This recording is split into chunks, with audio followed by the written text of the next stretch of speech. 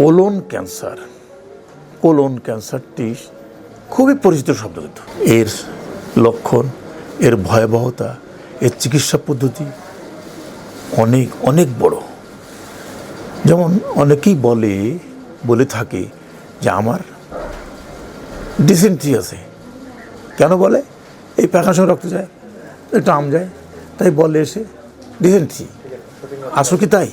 আসলে কিন্তু তা না। ওর হচ্ছে ডিসেন্ট্রিতে নয়, কোলনে ক্যান্সার শুরু হয়েছে। এই ক্যান্সার শুরুটার সিমটম হচ্ছে আমাশা, রক্ত আমাশা। এই রক্ত আমাশাটাকে সে কনফিউজ করে ফেলে। সে বলে আমার রক্ত আমাশা হয়েছে, আমি ফ্লাজিল খাই, এই ভালো থাকে, আবার কিছুদিন পরে আবার হয়, এরকম কিন্তু বলতে থাকে। এই বলাটা কিন্তু আপনার ক্ষতিকারক। আপনার রক্ত আমাশা হয়েছে কি হয়নি সেটা আপনি বলতে পারবেন না, আপনার চিকিৎসকই বলে দিবে।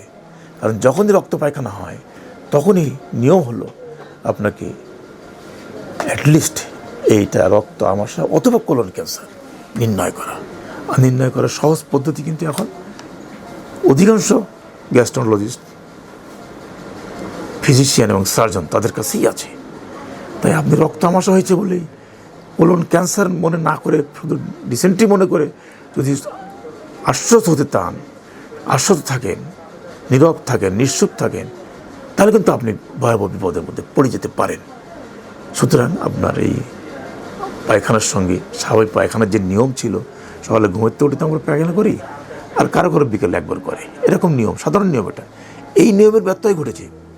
সকালেও পায়খানা করছেন 3-4 বার, বিকালেও পায়খানা হচ্ছে, কখনো পায়খানা করে আসার পরে আবার পায়খানা বেগ লাগছে, কোনো খুব ভোরে ঘুমেতে করে দৌড় দিতে হচ্ছে পায়খানায়, গেলে অল্পটা পায়খানা হচ্ছে, কিন্তু পায়খানা বেগ রয়েই গেছে।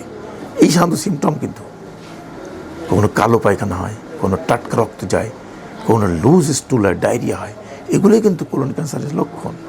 আর এই কোলন ক্যান্সার হয়েছে কি হয়নি তার জন্য কিন্তু একটা মতো পরীক্ষা যথেষ্ট, সেটা কোলোনোস্কোপি।